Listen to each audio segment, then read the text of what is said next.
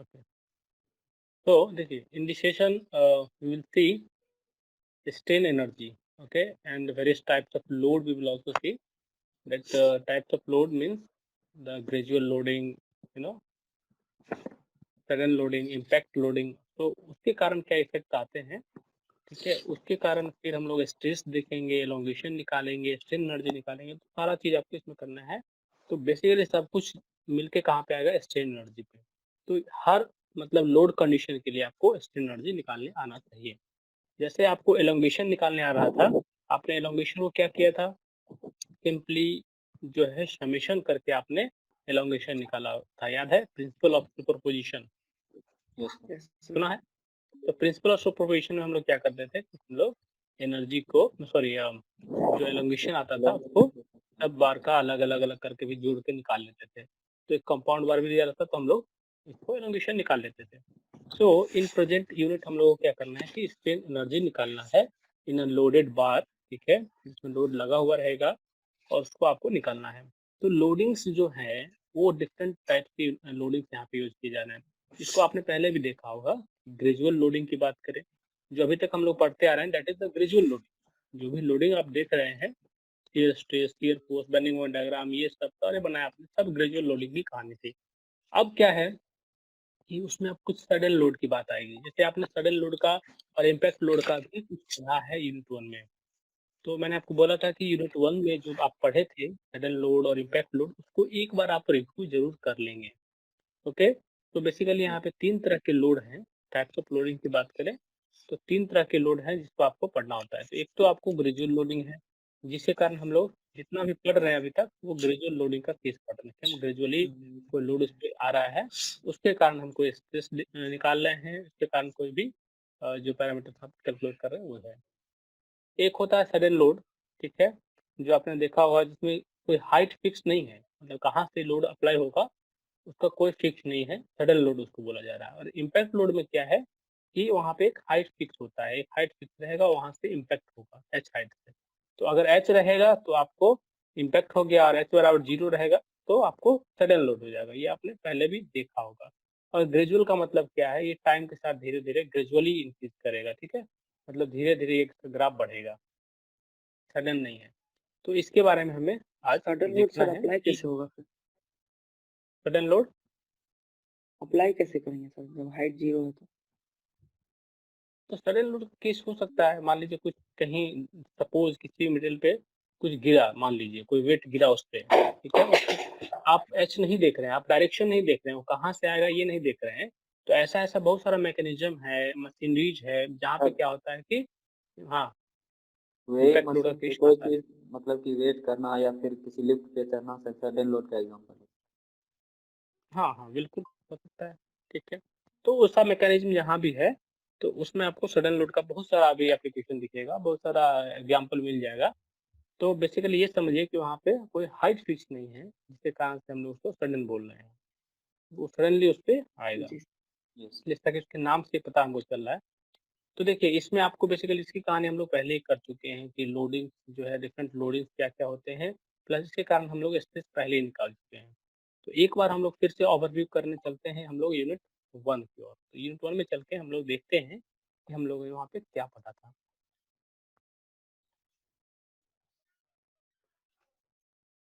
Okay, visual है सबको? Yes sir. Yes sir. तो पहली बात कि आप ग्रेजुअल लोडिंग के कारण जो स्ट्रेस पढ़ते हैं, उस स्ट्रेस को आपने लिखा होगा। अगर सबसे पहली यूनिट की बात करें, तो आपने लिखा था कि स्ट्रेस जो होता है that is equal to load upon क्या होता है?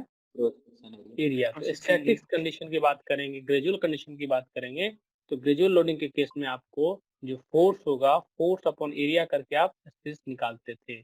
ये आपको याद होगा। अब क्या है कि अगर हम इम्पैक्ट लोडिंग की बात करें, अगर हम सडन लोडिंग की बात करें, तो इस केस में क्या होगा हमें ये जानना है। तो ये आप वहाँ पे निकाले होंगे और एक इक्वेशन भी बनाए होंगे तो इम्पैक्ट लोडिंग के केस में।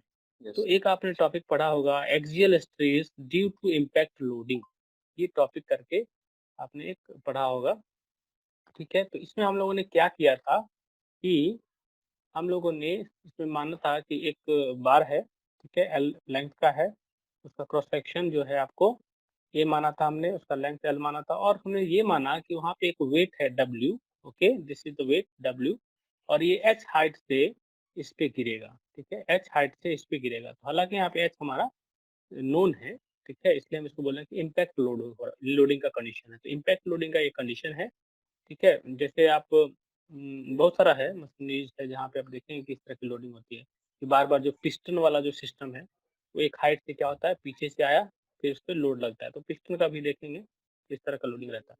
तो वो क्या है, यहाँ W वेट है और एक हाइट फिक्स है H, उससे वो गिर रहा है, तो ये H जो है यहाँ पे आपको नोन है।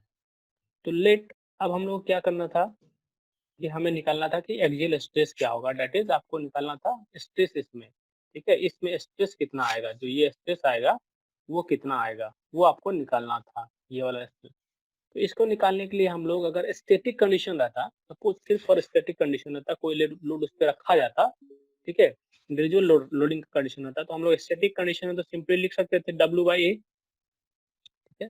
तो स्टैटिक कंडीशन में हम लोग लिख सकते हैं कि W/A, बट जब डायनेमिक कंडीशन की बात आएगी, मैक्सिमम कंडीशन की बात आएगी, क्योंकि हमें बोल रहे हैं कि जो यहाँ पे लोड है वो इम्पैक्ट के साथ आ रहा है, ठीक है, सर्टेन हाइट के साथ जो है वो बार पे आ रहा है, तो उस कारण से क्या होगा कि वो जो लोड है, जो स्टैटिक लोड आप देख पा रहे हैं, ये इससे ज्यादा कुछ स्ट्रेस यहाँ पे डेवलप होगा, और उसको हम लोग बोलेंगे डायनेमिक, डायनेमिक स्ट्रेस बोलेंगे या मैक्सिमम स्ट्रेस बोलेंगे, ठीक है, या हम बोल सकते हैं stress due to impact loading, simply बोले तो वो चीज है।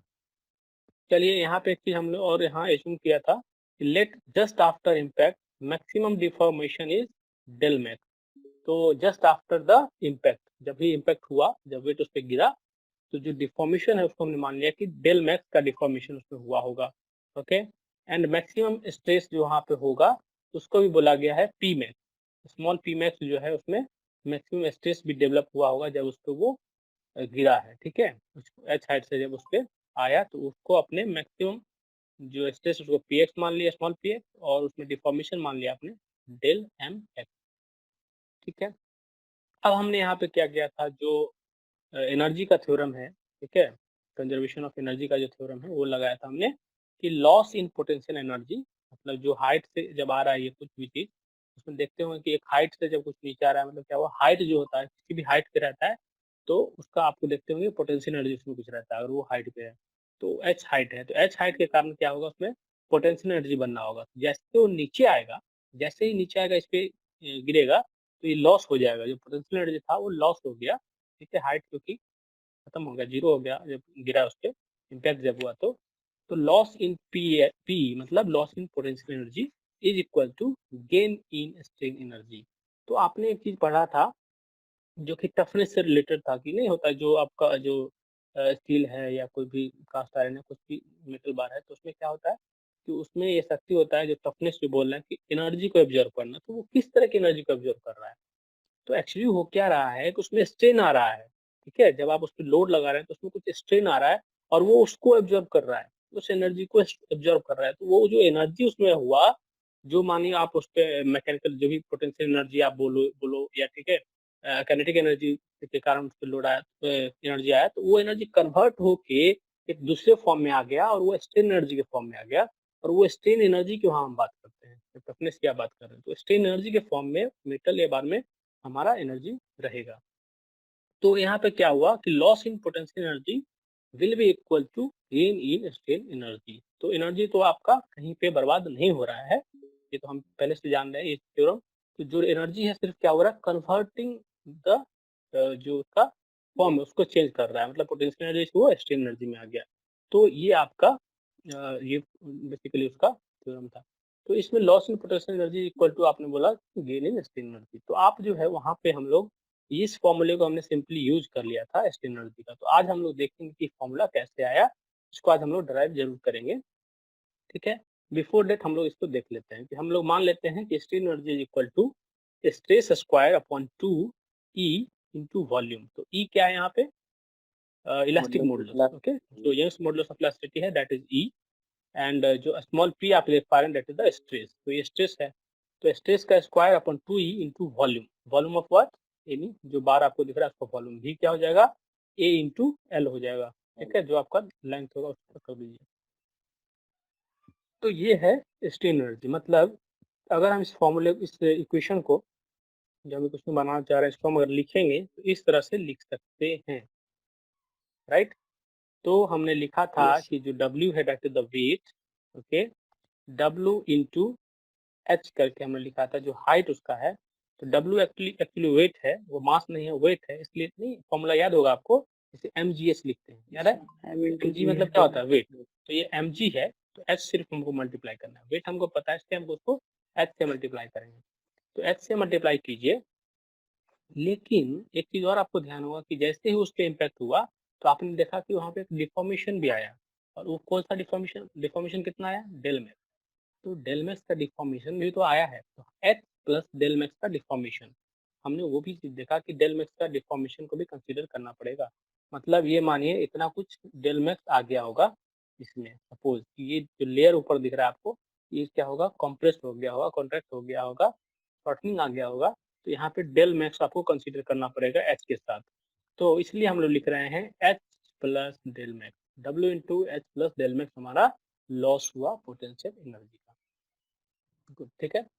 अब देखिए अब क्या है, अगर हम एनर्जी इधर की बात करें, स्ट्रेन एनर्जी की बात करें जिसमें कन्वर्ट हुआ, तो that would be small P max square, जो पी मैक्स में चेंज हो गया एनर्जी में, देखिए जो एनर्जी आया तो वो क्या, उसको वहाँ पे स्ट्रेस क्या है, वहाँ पे जो स्ट्रेस है that is P max, P max में स्ट्रेस हुआ, स्मॉल पी मैक्स का स्क्वायर अपन 2e, बाकी तो कांस्टेंट है, इनटू वॉल्यूम, जो उसका वॉल्यूम है, तो वॉल्यूम हो गया ए इंटू एल। तो बाकी चीजें कांस्टेंट है, सिर्फ यहाँ पे पी दिख रहा है आपको और हाइट दिखा जो चेंज हुआ, ठीक है। तो डब्ल्यू को आप सॉल्व करते जाइए, इसको सॉल्व करेंगे तो हम लोग जो डेल मैक्स है उसको हम लोग एक और चीज लिख सकते हैं, क्योंकि वो क्या है, हालांकि वो एक तरह से जो फॉर्मूला आप पढ़े होंगे, क्या लिखते हैं, डेल इक्वल टू क्या लिखते हैं, EL by A बोलिए। E तो del L by L A। By जो है, डेल एल यहाँ आ गया, ठीक है। और यहाँ पे अगर स्ट्रेस की बात करेंगे तो स्ट्रेस यहाँ आ गया, ठीक है। स्ट्रेस अपॉन ई करेंगे, याद है हुक्स लॉ का जो फॉर्मूला है, याद है किसी को, P is Yes, equal sir. To जो आपका स्ट्रेन है इनटू ई। तो ये Plastic. स्ट्रेन हुआ, ये जो स्ट्रेन हुआ, तो हम अगर डेल मैक्स के लिए लिखना चाहेंगे तो डेल मैक्स के लिए क्या लिखेंगे, डेल मैक्स इक्वल टू क्या लिखेंगे, लिखेंगे ये क्या लिख देंगे, P max, P max into Ly. P max upon कितना हो जाएगा, ई इंटू एल लिखेंगे, है ना। Yes, sir. इसी वैल्यू को क्या किया गया है, यहाँ पे पुट कर दिया गया, देखेंगे तो यहाँ पे पी मैक्स अपॉन ई इंटू एल को पुट कर दिया गया है डेल मैक्स की जगह, और उसके बाद फर्दर इसको सोल्व किया गया है, तो देखेंगे एक क्वाड्रेटिक इक्वेशन तैयार हो गया हमारा, कुछ इस तरह का क्वाड्रेटिक इक्वेशन बन के तैयार हो जाएगा, है ना। Yes. तो जब क्वाड्रेटिक इक्वेशन बना है फिर हम उसको क्या कर सकते हैं, सोल्व करके हम उससे पी मैक्स निकाल सकते हैं। तो दो कंपोनेंट आपको मिलेगा पी मैक्स का। चलिए सोल्व करने पे हम देखेंगे कि हमको दो चीज प्राप्त हुआ था, जो आप पिछली बार सोल्व किए थे, तो आज करने की जरूरत नहीं है, अभी आप बस देखें इसको। तो पी मैक्स आया था W by A plus minus root under W by A का whole square plus 2WEH upon EL। तो ये आपका बेसिकली फॉर्मूला आया था पी मैक्स। तो अगर आपको कोई बोले कि इम्पैक्ट लोड निकालना है, आप क्या कीजिएगा, इम्पैक्ट लोडिंग कारण स्ट्रेस निकालना, तो क्या कीजिएगा, स्ट्रेस अगर निकालना होगा इम्पैक्ट लोडिंग के कारण, तो आप सीधा ये फॉर्मूला यूज कीजिएगा और सीधा आप पी निकाल के रख दीजिएगा, समझे। W दिया रहेगा, ए दिया रहेगा, ठीक है, H दिया रहेगा, E दिया रहेगा और AL दिया रहेगा। तो आप सिंपली क्या कीजिएगा, इस फॉर्मूले को यूज करके और आप क्या करेंगे, उसको निकाल लेंगे पी। तो इस फॉर्मूले को आप लोग नोट करिए अभी, क्योंकि ये काम आएगा आगे, ओके। तो जो ये बेसिकली ये फॉर्मूला निकल के आया था, ये काफी इम्पोर्टेंट है, सर यहाँ पे ठीक प्लस है। माइनस ये किस पे डिपेंड करेगा? प्लस माइनस मतलब दो वैल्यू तो देगा, दो वैल्यू देगा, अगर प्लस माइनस करके आप अगर देखेंगे तो उसका दो वैल्यू आएगा, मतलब एक क्या हो सकता है मैक्सिमम, एक माइनस ये जीरो, मतलब मैक्सिमम तो हमको चाहिए ना, तो मैक्सिमम करने के लिए हमको क्या चाहिए, प्लस करना पड़ेगा जनरली। तो आप देखेंगे जब आप वैल्यू निकालिएगा तो आपको दिखेगा कि क्या वैल्यू आता है, तो उसमें जो मैक्सिमम वैल्यू उसको हमको लेना है इम्पैक्ट के कारण, ठीक है, दो वैल्यू आएगा इसका। चलिए तो उसके बाद देखिए एक इम्पैक्ट फैक्टर का एक आया था, ये जो इसमें क्या है इम्पैक्ट का मतलब क्या हुआ कि हम लोग अगर हम P max upon P static को डिवाइड करेंगे तो क्या होगा। तो एक केस बना था, याद होगा आपको, कि if the load is suddenly applied at the bar, ठीक है, then H is equal to 0 कर दिया गया था। और जैसे ही हमने एच बराबर 0 पुट किया था तो हमने देखा था कि इस तरह का कुछ हमारे पास आया था। तो एक तो हमारा ये आ गया था 2 इंटू डब्ल्यू बाई ए और एक 0 आया था। तो 0 तो हम कंसिडर नहीं करेंगे क्योंकि 0 स्पेस जो है नहीं चाहिए। हमने प्रियांशु, तो यहाँ पे क्या हो गया, 2 वैल्यू आया, तो एक वैल्यू को हम नहीं लेंगे क्योंकि ये वैल्यू जो है 0 जो है स्ट्रेस नहीं होगा, इसलिए हम लोग 2 बाई ए लेंगे। तो यहाँ देखिए पी सडन अगर बात करेंगे तो P sudden is equal to 2 into W by A. ये भी आप याद रखिए, ये ऑब्जेक्टिव में पूछेगा प्लस इसका क्वेश्चन बनेगा। ओके, ये क्वेश्चन में पूछा जाता है, तो ये आप याद रखिएगा कि जो सडन स्ट्रेस होता है, सडन लोडिंग के कारण जो स्ट्रेस आता है that is 2 into P by A, okay, W by A जो होगा। yes, तो एक इसको भी अभी नोट कर लीजिए।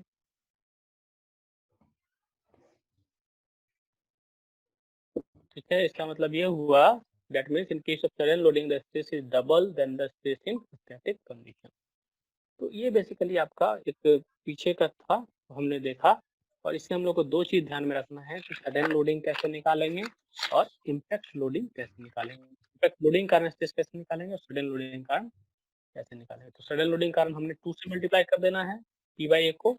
और जब आप इम्पैक्ट लोडिंग की बात करें तो इस फॉर्मूले से हमको निकालना पड़ेगा स्ट्रेस। ठीक है, yes, sir. इसमें देखिए प्लस वैल्यू लीजिए तो आपको स्ट्रेस सही आएगा, तो देखेंगे प्लस माइनस करके देखेंगे। चलिए, Yes, अब हम लोग आते हैं वापस अपने चैप्टर पे। ओके, तो सबसे पहला चीज यहाँ पे आप देख पाएंगे that is the strain energy. कि स्ट्रेन एनर्जी क्या है, तो इसका डेफिनेशन है the energy which is absorbed in a body when it is strained within its elastic limit. ठीक है, इलास्टिक लिमिट के अंदर ही, समझे ना, the energy which is absorbed in a body when it is strained within its elastic limit is known as strain energy. ठीक है, तो जो भी एनर्जी एब्जॉर्ब होता है बॉडी में विद इन इलास्टिक लिमिट, जब वो उसको स्ट्रेन किया मतलब जब उसको लोड अप्लाई होता है, तो जो एनर्जी एब्जॉर्ब होता है उसको हम लोग बोलते हैं स्ट्रेन एनर्जी। अब स्ट्रेन एनर्जी जो है वो एक तरह का एनर्जी है। मतलब अगर एनर्जी को आप निकालना चाहेंगे तो जो वर्क डन हुआ है उसी से निकालिएगा। तो वर्क डन निकालने के लिए हम लोग क्या करेंगे, फोर्स इंटू डिस्टेंस, जो फिजिक्स में हम लोग करते थे। तो यहाँ पे फोर्स क्या लेंगे, तो जो आपका लोड लगा उसको फोर्स ले लेंगे, तो एवरेज लोड हमने ले लिया। जो डिफॉर्मेशन हुआ उसको हम लोग डिफॉर्मेशन ले लेंगे, उसको डिस्टेंस ले लेंगे। तो यहाँ पे स्ट्रेन एनर्जी तो अगर हम बात करें तो क्या बोल सकते हैं, strain energy equal to average load into deformation. तो अगर बेसिकली जो आप ये कर्व देख रहे होंगे लोड वर्सेस, इसको बोलते हैं डिफॉर्मेशन डायग्राम। ठीक है, लोड वर्सेस, ठीक है, डिफॉर्मेशन जो है आपका उसका कर्व है। इस कर्व को अगर आप इस कर्व के अंदर का जो एरिया अगर आप निकाल लेते हैं, ये जो कर्व आप देख रहे हैं, इस कर्व के अंदर का अगर एरिया आप निकालिएगा तो आपको स्ट्रेन एनर्जी मिल जाएगा। समझे, तो इसके अंदर का एरिया अगर आप निकाल लीजिएगा तो स्ट्रेन एनर्जी मिल जाएगा। हालांकि ये इलास्टिक लिमिट के अंदर है, ये किस तरह का लाइन होगा, याद है जो आप पढ़ते थे, इस तरह का स्ट्रेट लाइन आपको मिलेगा, क्योंकि ये स्ट्रेन हुआ करता था वहां पे और ये स्ट्रेस हुआ करता था, तो वो चीज है। तो यहाँ पे क्या होता है, इसका जो फॉर्मूला है दैट इज बोल सकते हो आप work done is equal to force into distance, और इसको बोल सकते हैं एवरेज लोड इंटू डिफॉर्मेशन। मान लीजिए कभी स्ट्रेन एनर्जी का फॉर्मूला आपको नहीं याद रहता है, तो आपको ये जरूर याद रहना चाहिए कि जो स्ट्रेन एनर्जी है that is the area of the curve, area of the load versus deformation curve. ठीक है, उसके अंदर जो एरिया आएगा वो है। और स्ट्रेन एनर्जी को अगर हम यू से डिनोट करेंगे तो हम बोल सकते हैं U equal to half P into A, capital P होगा। ठीक है, कैपिटल P इंटू ए, ये कीजिएगा। ठीक है, तो P इंटू ए करने से क्या हो जाएगा आपका, कि आपको पता है कि P का फॉर्मूला क्या है। ठीक है, P को आप इसको कर सकते हैं, स्मॉल कैपिटल P को क्या लिख सकते हैं बताइए आप। L summation, हम्म? ये तो सर इसको हम लोग Del small P 1/2 average load होता है। लोड है तो इसको स्ट्रेस इनटू एरिया लिख सकते हैं yes sir. स्मॉल पी को। और हम जो Yes. चेंज आपको दिख रहा है, सॉरी ये एरिया गलत हो गया यहाँ पे, एरिया Del नहीं है, दैट इज ये है आपका डिफॉर्मेशन। हाँ, और डेल्टा को हम लोग क्या लिख सकते हैं, क्योंकि ये एलोंगेशन है तो इतना बाय एल इक्वल टू क्या लिखते हैं हम लोग, स्ट्रेन, राइट। तो हमारा डेल क्या हो जाएगा, ई इंटू एल हो जाएगा। तो देखिए यहाँ पुट किया गया है ना, half Yes. E into A into E into L. Put करिए कितना आता है, पुट करिए तो 1/2 stress square into volume by ई।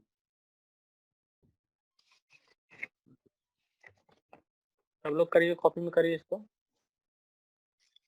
ऐसा किए हुए हैं। ये आता है सर, ये तो आपका ये आएगा, कुछ फॉर्मूला इस तरह से आएगा, half small P into E into volume. तो ये हो गया stress into strain into volume. तो यू को अगर ये ऑब्जेक्टिव में पूछा जाएगा, strain energy equal to half into क्या बोलिएगा, स्ट्रेस, ठीक है, स्ट्रेस, फिर हो गया स्ट्रेन, ठीक है, और फिर बोलिएगा इनटू वॉल्यूम। तो इस तरह से आपको पूछा जाएगा क्वेश्चन में। तो stress into strain into Strain को भी वॉल्यूम तो change इसको करना है sir. चेंज कर सकते हैं। तो इसके बाद क्या कीजिए, आप स्ट्रेन को चेंज कीजिए। स्ट्रेन को हम लोग क्या लिख सकते हैं, क्या लिख सकते हैं बताइए। E sir P by L P by E. हम लोग लिख सकते हैं, तो ऐसे लिख लीजिए। तो आपका फिर फॉर्मूला बनेगा यू का, कितना बन जाएगा, 1/2 1/2 into P formula square by 2 P into square by two by E 2 into into volume ना, volume. जो कि आपने वहाँ पे देखा होगा, पहले यूनिट में यूज किया था, हमने इसी फॉर्मूले को यूज किया था, ठीक है। Yes. तो इसको आप लोग निकालना है, तो आप क्या कीजिएगा, डिफॉर्मेशन वर्सेस लोड का जो कर्व है उसके अंदर का जो एरिया है निकाल लीजिए, ठीक है, इंटीग्रेट करके निकालिए, जैसे करके निकालिए, आपको यही आएगा।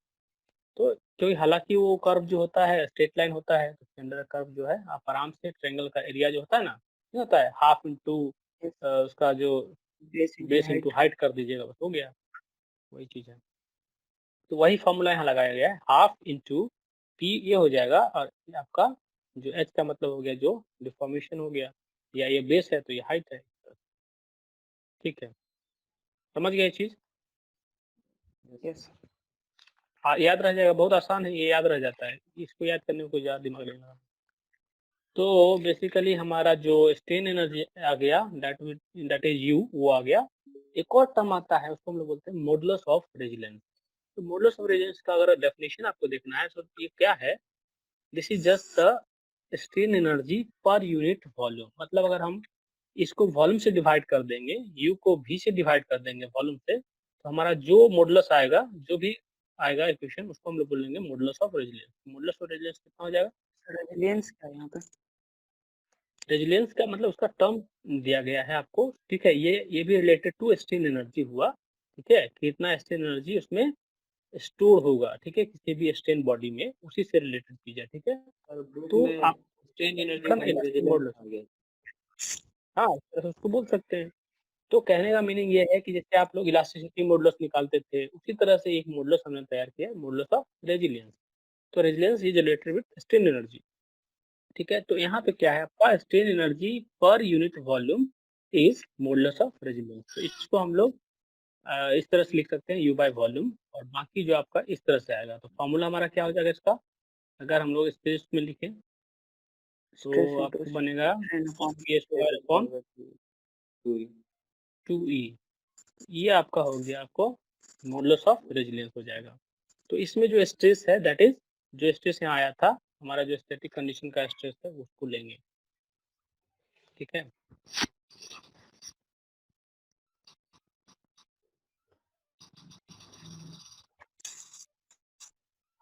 एक और चीज का टर्म आएगा यहाँ पे, एक और टर्म आता है काफी पॉपुलर है, दैट इज प्रूफ रेजिलियंस। याद है, प्रूफ रेजिलियंस याद है किसी को। तो प्रूफ रेजिलियंस क्या है कि जो जो strain energy, maximum strain energy है which can be stored in a body when the body is stressed up to the elastic limit. तो मान लीजिए ये मैक्सिमम है, तो मैक्सिमम कब होगा? मॉडुलस पर रेजिलियंस जो है, इसको अगर मैक्सिमम कर दे मान लीजिए, वो आपको प्रूफ हो जाएगा, प्रूफ रेजिलियंस बोला जाएगा उसको। तो मैक्सिमम कब होगा बताइए तो? स्ट्रेस मैक्सिमम हो कब जाएगा, मैक्सिमम बोलेंगे? हैं? स्ट्रेस मैक्सिमम हो जाएगा तब। हाँ, तो इसको फॉर्मूला आप लोग लिख लीजिए कि स्ट्रेस मैक्सिमम जब हो जाएगा, जो प्रूफ रेजिलियंस होता है, ठीक है, ये जो है जब उसका यू मैक्स हो जाएगा तब होगा। और इसका फॉर्मूला अगर लिखना है आपको, तो जो आप देख रहे हैं यहाँ पे पी देख रहे हैं ना, ये क्या हो जाएगा आपको, जो इलास्टिक लिमिट पे आपको पी आएगा ना, वो आप उसको स्क्वायर करिएगा। जो मैक्सिमम पी होता है कि इलास्टिक लिमिट पे जो स्ट्रेस आता है, मैक्सिमम स्ट्रेस, उसको आप लीजिएगा अपॉन 2 ई। याद है? याद है कि प्रूफ स्ट्रेस का हम लोग यील्ड वाला जो बोल रहे हैं, यील्ड स्ट्रेस का होता था, यील्ड स्ट्रेस किसी को पता नहीं रहता था, तो मैक्सिमम पी निकाल देते। तो अगर वो दिया रहता है आपको कि मैक्सिमम, अगर क्वेश्चन में दिया रहता है आपको, तो आप सिंपली क्या कीजिएगा, उस वैल्यू को यहाँ पुट कीजिएगा और ये करके निकाल लीजिएगा। तो आपका देखिए मॉडुलस ऑफ रेजिलियंस निकालना है, तो वो जो लोड आया उस पर निकालेंगे, ठीक है। इसको तो हम पी वाई ए करके निकाल लेंगे, लेकिन स्मॉल पी ई कहाँ से आएगा? ये आपको इलास्टिक लिमिट से आएगा, कितना है उसका मैक्सिमम स्ट्रेस उसमें, उससे आपको निकालेगा, तब जाके ये मिलेगा, ठीक है। इसको नोट कर लीजिए आप लोग इसको।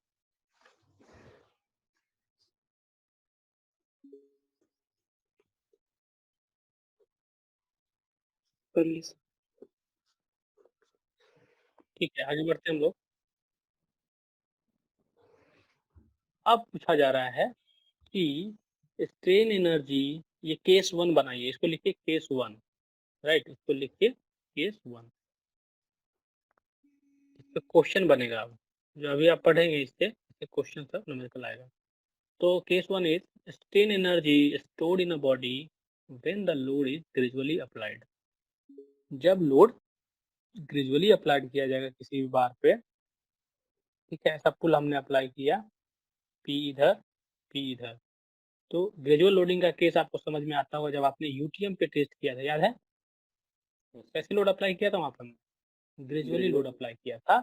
हमने क्या किया था, धीरे धीरे देख रहे थे कि उसमें स्ट्रेन आना शुरू हुआ था, याद है?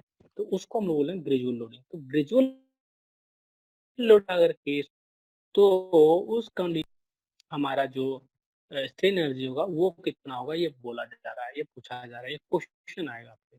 तो strain energy stored in a body when the load is gradually applied, तो कितना होगा? तो मान लिया जाए हमारा कोई बार है जिसका लेंथ क्या है, आपको एल दिया हुआ है, ठीक है, एल उसका लेंथ है, area of cross section A है, ठीक है। और यहाँ पे जो लोड है, ग्रेजुअली लोड जो लग रहा है, दैट इज पी। ये फिगर आप बना लेंगे, पी जो है उस पर लोड लग रहा है। तो इसमें क्या है, और इलास्टिक मॉडुलस भी इसका दिया हुआ है, दैट इज ई दिया हुआ है। तो जब ये लोड लगेगा, ठीक है, तो हो सकता है कि इसमें क्या होगा, इसमें थोड़ा सा डिफॉर्मेशन आएगा, ठीक है, जो कि आप देखे होंगे कि विद इन इलास्टिक लिमिट का जो डिफॉर्मेशन आता है, उसमें इसमें डिफॉर्मेशन आएगा। तो डिफॉर्मेशन जो है, मान लिया कि डेल जो है that is the deformation of the bar due to P. तो पी जो लग रहा है, पुल जो लग रहा है इसमें, इसके कारण जो डिफॉर्मेशन है दैट इज डेल। तो हमने एक ग्राफ बनाया, ठीक है। जो यूटीएम होता है ना, यूटीएम का डेटा से आप ये भी बना सकते हैं, जो पी वाई लोड वर्सेस जो डिफॉर्मेशन का है, ये बन सकता है, समझ गए? तो यूटीएम के डेटा से ये निकल जाता है। देखेंगे हम लोग कि जैसे ही ये चीज़ देखिएगा, तो ये स्ट्रेट जाएगा, सीधा स्ट्रेट पहले जाएगा शुरू में। तो हम लोग को विद इन इलास्टिक लिमिट की बात कर रहे हैं, तो इसमें हम लोग क्या करेंगे, जो एरिया आएगा इसका, ठीक है, यहाँ से लेके यहाँ तक, ठीक है। तो एक मान लीजिए एट एनी कंडीशन अगर हमको पी गिवन है, पी गिवन है कि पी दिया हुआ है, पी यहाँ लोड दिया हुआ है और डेल यहाँ पे इस तरह से दिया हुआ है। अगर मानिए ये आपको गिवन है, तो क्या आप स्ट्रेन एनर्जी निकाल सकते हैं? ऑफ कोर्स हम लोग निकाल सकते हैं। क्या करेंगे हम लोग, सिर्फ और सिर्फ इसके बीच का एरिया निकाल लेंगे। तो ऐसे करेंगे, ठीक है, u इक्वल टू 1/2, उसके बाद ये ले लेंगे, ठीक है, बेस ले लेंगे, तो डेल हो जाएगा इंटू एच कर देंगे, सॉरी पी कर देंगे, है ना, इंटू पी कर देंगे। तो इस तरह से बन जाएगा, दैट इज हमारा यही बनेगा, u equal to half P into A. ये आपको बन जाएगा। तो इस फॉर्मूले को आपको याद रखना है। तो ग्रेजुअल लोडिंग के केस में हमारा जो स्ट्रेस आएगा, वो सॉरी जो हमारा स्ट्रेन एनर्जी आएगा वो ये होगा, ओके। तो इसको लिख लीजिए आप लोग इसी तरह से। फिगर बना लीजिए, कर्व को बना लीजिए। तो ये जो कर्व है इसको हम लोग बोलते हैं लोड वर्सेस डिफ्लेक्शन कर्व।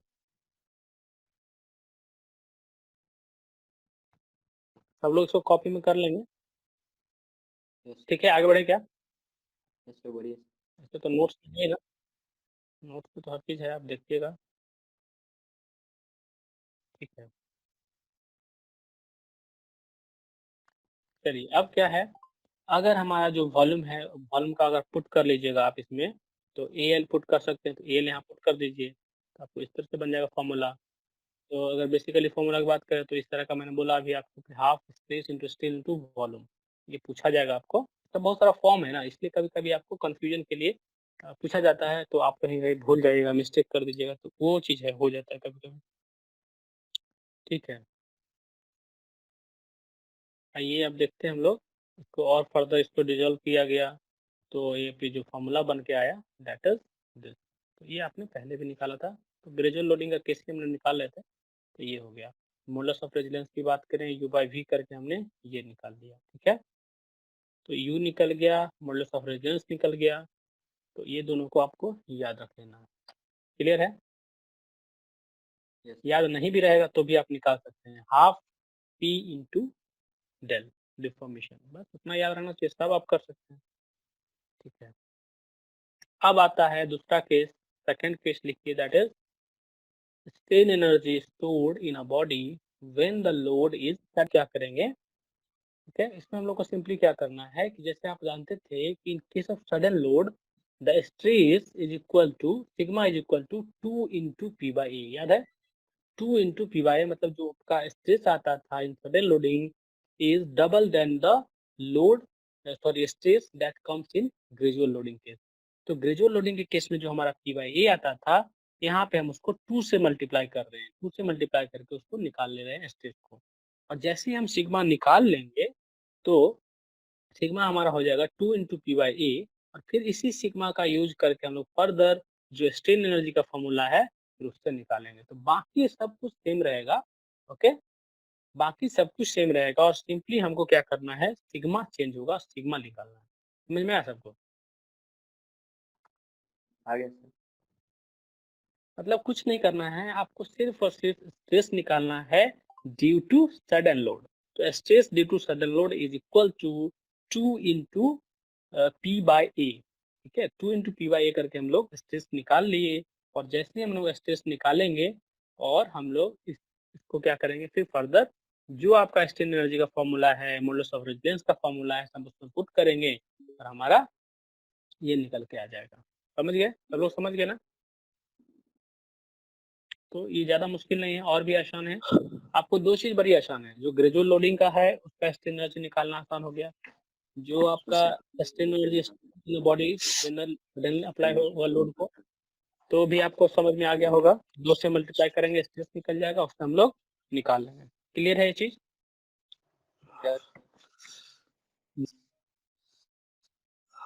क्या जनक, जनक कहाँ है? जनक आज कुछ बोल नहीं रहा है। Yes sir. समझ में आया चीज़? Yes sir. और भी लोगों को समझ में आ रहा है ये सब?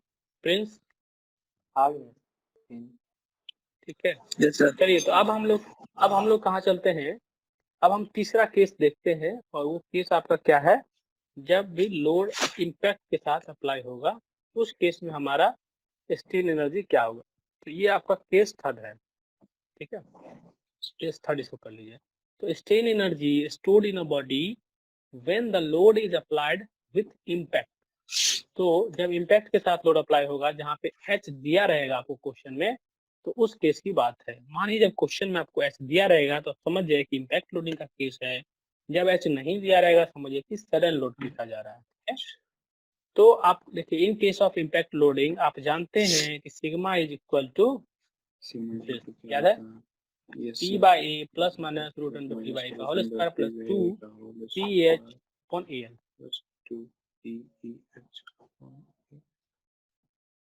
याद है? ओके ना। तो ये आपको ध्यान होगा, जो कि अभी हम लोग पिछली बार अभी देखा था, पिछले जो यूनिट देखा था उसमें। चलिए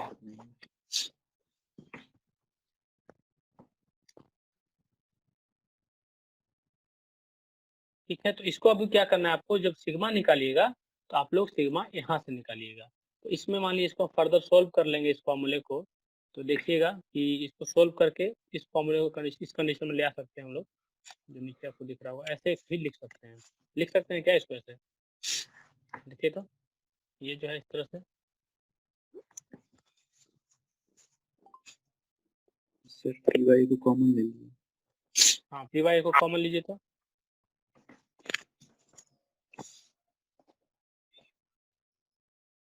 हाँ ये आ जाएगा, पी वाई को कॉमन ले लो ना, क्या दिक्कत। इस तरह कुछ फॉर्मूला बनेगा। तो बेसिकली यहाँ पे भी कुछ चेंज नहीं हो रहा है, सिंपली हम लोगों को स्ट्रेस चेंज हो रहा है, उसके अलावा बाकी चीज सेम है। तो हम लोग को जो भी टाइम लगेगा वो स्ट्रेस निकालने में लगेगा, बाकी हम लोग स्ट्रेन एनर्जी आराम से जैसे हम लोग पैच करे निकालेंगे वैसे निकालेंगे।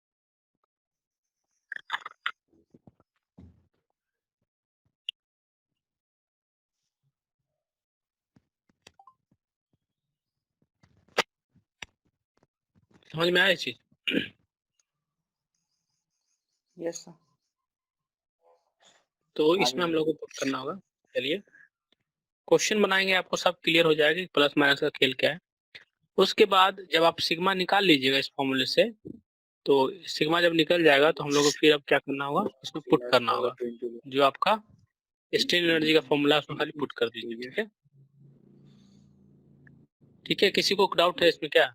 कौन बोल रहा है बीच में? कहीं से आवाज आ रही बीच से?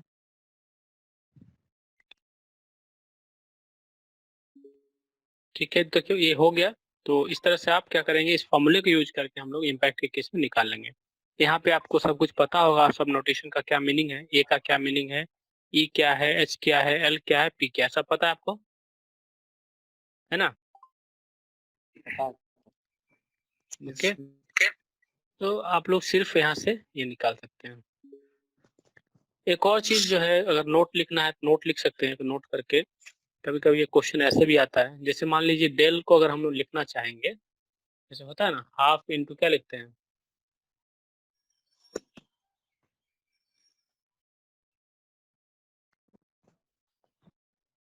यू को क्या लिखते हैं, half into P by into del, ये लिखते हैं ना, डेल लिखते हैं। तो अगर हम डेल को निकालना चाहें तो डेल को हम निकाल सकते हैं 2u/p करके निकाल सकते हैं ना। ये फॉर्मूला हम लोग बना सकते हैं। उसके बाद इसको फर्दर सोल्व करेंगे तो आपको इस तरह का कुछ वैल्यू आएगा। देखिए सोल्व करके देख लीजिए। तो डेल आपको जो है, और सिंप्लीफाई करिएगा तो डेल का वैल्यू कुछ यूं आएगा, दैट इज इक्वल टू हो जाएगा सिग्मा, ठीक है, एल अपॉन ई, ऐसा कुछ आएगा। सही है क्या ये? और डेल मैक्स अगर निकालना हो तो सिग्मा मैक्स कर देंगे तो डेल मैक्स निकल जाएगा। तो इस तरह का क्वेश्चन पूछा जाता है, इसलिए यहाँ पे लिखा गया है।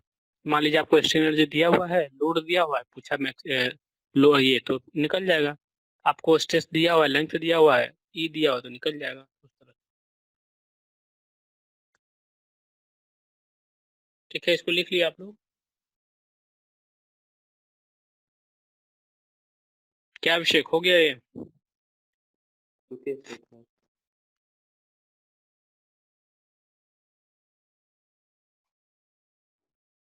हो गया।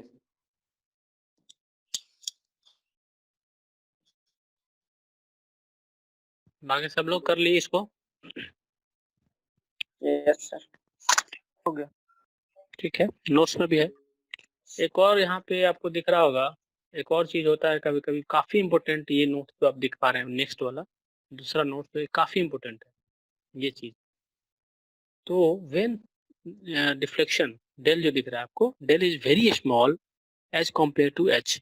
तो कभी कभी होता है, मानिए एच जो है हमारा मीटर में है, 1 मीटर है मान लेते हैं, और डेल आपका एकदम फ्रैक्शन में आ रहा है, 0.00002 आ रहा है, ठीक है, 3 आ रहा है, इतना में आ रहा है, ठीक है, इतना मीटर में आ रहा है सपोज, तो ये बहुत कम है, ठीक है। तो ऐसा मान लीजिए कि इतना कम रहेगा तो 1 पॉइंट इतना को लिखने से अच्छा है कि 1 लिख दें। इसलिए जो h प्लस डेल जो है इसको हम कभी कभी ph भी लिख सकते हैं, अगर हमारा ये काफी स्मॉल होगा तो इसको भी कभी कभी हम यूज कर, हाँ निग्लेक्ट कर दिया उसको कि when del is very small as compare to h, ठीक है, ऐसा कुछ कंडीशन दिया रहेगा जब क्वेश्चन में कि ठीक है कि मान लीजिए कि जो डिफ्लेक्शन होगा वो नेग्लिजिबल होगा, तो कर क्या होगा, तब आप इससे निकाल सकते हैं।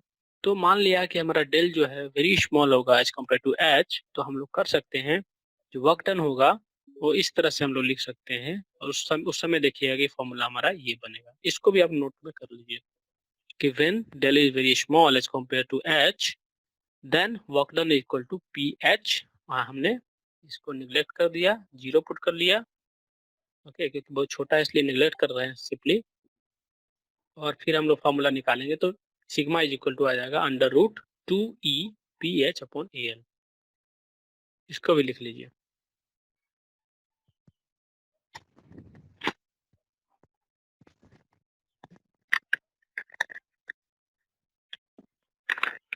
हो गया सर।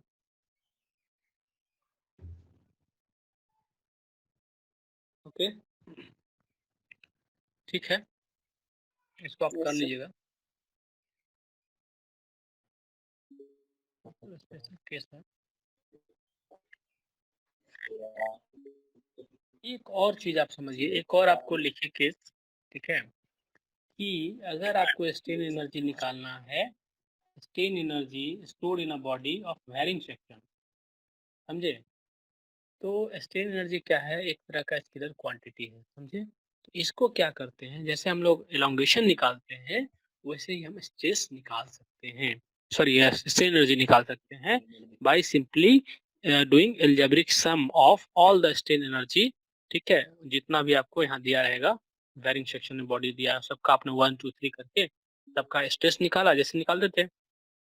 तो यहाँ भी वही काम करना जो आपने एलोंगेशन निकालने में किया था, जब आप प्रिंसिपल ऑफ सुपरपोजिशन पढ़े होंगे यूनिट 1 में। तो आपको सिंपली यहाँ कुछ करना नहीं है, सिर्फ ये करना है, इसको लिख लीजिए जरूर, हेडिंग डालिए strain energy stored in the body of a varying section. इसमें सिंपल आपको क्या करना है कि आपको मान लीजिए इस तरह का कोई बार दिया है, ठीक है, ABCD, जिसमें एक AB का कुछ और है डायमीटर, BC का कुछ और डायमीटर है, और CD का कुछ और डायमीटर है या साइज है। तो इसमें जो आपको निकालना है स्ट्रेन एनर्जी टोटल U, तो U क्या हो जाएगा, ये हो जाएगा समेशन, तो समेशन ऑफ UI, तो जितना भी यहाँ पे आप डिवाइड देख रहे हैं 1 2 3, तो 1 2 3 को आप क्या कीजिएगा, ऐड कर लीजिएगा, तो आपका स्ट्रेन एनर्जी निकल जाएगा। और सबको निकालने के लिए आपके पास एक ही फॉर्मूला है, और वो क्या फॉर्मूला है, आपको क्या पढ़े थे, 1/2 P² / 2E × V, वॉल्यूम। ठीक है, वॉल्यूम। तो इस फॉर्मूले से आप क्या कीजिएगा, U1 निकालिएगा, इस फॉर्मूले से U2 निकालिएगा, इस फॉर्मूले से U3 निकालिएगा। तो इस तरह से सबका कुछ ना कुछ वॉल्यूम अलग होगा, EL अलग होगा, ठीक है, सब में कुछ ना कुछ स्ट्रेस अलग हो सकता है जब ऐसा लोड कंडीशन दिया रहेगा। तो उस तरह से आप U निकालिए जैसे कि जो शुरू में करते थे एलोंगेशन निकालने वाले में, ठीक है, हो जाएगा ये।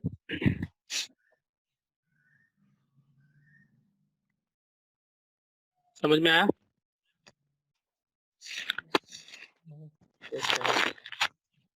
एक और चीज है, अगर फॉर्मूला लिखना है लिख सकते हैं कि shear stress stored in a body due to shear stress, strain energy stored in a body due to shear stress।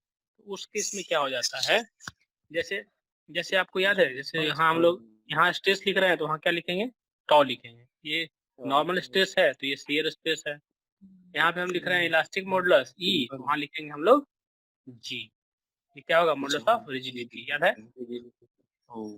ये दो चीजें तो हमने U बराबर लिख सकते हैं टॉ² / 2G, ठीक है, इनटू वॉल्यूम। तो सिमिलरली अगर आपको निकालना है strain energy due to shear stress, तो ये से आप लोग निकाल सकते हैं, ठीक है।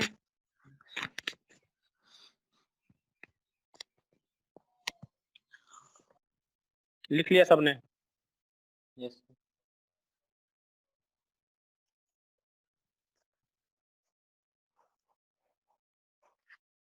आप बताइए। तो ये हो गया आपका बेसिकली आज का सेशन। और इसके बाद हम लोग क्या करेंगे, हम लोग को सिंपली न्यूमेरिकल करना है और अभी अगले क्लास में हम लोग करेंगे, ठीक है। अभी आप लोग क्या कीजिए, जितना आज पढ़े हैं, जितना भी ये पार्ट पढ़े हैं, फॉर्मूला पढ़े हैं, उसको करिए, ठीक है। उसके बाद हम लोग क्या करेंगे, एक-एक करके जितना न्यूमेरिकल है आपके चैप्टर में उसको हम लोग करेंगे। तो आज जो भी है इसमें, जो भी अलग-अलग केस पढ़े, नोट्स पढ़े हैं, ठीक है, इसके बारे में पढ़िए। प्लस आप क्या कर सकते हैं कि जैसे ये लिखा हमने, इसको आप अपने लैंग्वेज में लिखिए, ठीक है। ऐसे नहीं कि हम तो आपको यहाँ पे फॉर्मूलेटिक मेथड से बता दिए, फॉर्मूला लिखा है, मल्टीप्लाई करके बना दिया। आपको लिखना है, यू आर टेकिंग अ बार, तो आप लिखेंगे let us consider metal bar, ठीक है, of length L, cross sectional area A, ठीक है। उसके बाद आप लिखेंगे कि एक लोड जो है उस पे अप्लाई हो रहा है, let P is a load applying on the bar, तो ऐसे लिखेंगे आप। तो हर चीज़ को आप लिखिएगा अपने तरीके से। तो इसके लिए एक बार बुक आप देखिएगा, एक बार आप प्रीवियस ईयर क्वेश्चन देखिए, कैसे क्वेश्चन पूछा जाएगा। तो अगर थ्योरेटिकल पोर्शन वैसा कुछ पूछा जाता है तो इसे लिखिए, अदरवाइज न्यूमेरिकल तो आपका बन ही जाएगा, उसकी गारंटी है, ठीक है। Yes sir. तो इस सेशन को हम लोग अब खत्म करेंगे यहीं पे, और आप लोग इसको जाके अभी तक जितना आप देखे इस नोट्स में, ठीक है, नीचे तक वो आप कर लीजिएगा, याद कर लेना है। याद क्या, आप छोटा सा चीज याद रखिए, सब याद हो जाएगा। बट हो सके तो आप स्ट्रेन एनर्जी का फॉर्मूला को जरूर याद रखिएगा, ठीक है, ताकि न्यूमेरिकल आराम से बन जाए। ठीक है, और कोई डाउट है क्या आज अभी? No sir. ठीक है, तो हम लोग अब नेक्स्ट सेशन में मिलेंगे और मंडे को मिलेंगे, ठीक है। और हो सकता है कि टेस्ट भी हो जाए नेक्स्ट वीक में फिर से। क्या लास्ट टेस्ट कब हुआ था? ऑब्जेक्टिव होगा सर। हाँ, ऑब्जेक्टिव होगा, सब्जेक्टिव भी हो सकता है, इसमें क्या है। अब न्यूमेरिकल है, न्यूमेरिकल देंगे, न्यूमेरिकल देंगे तुमको, न्यूमेरिकल बना के दो, अब आंसर दो। क्या यस सर। ठीक है, हो सकता है, ठीक है। तो ठीक है, सेशन को खत्म करते हैं, ठीक है। Thank you sir. ठीक है, थैंक यू।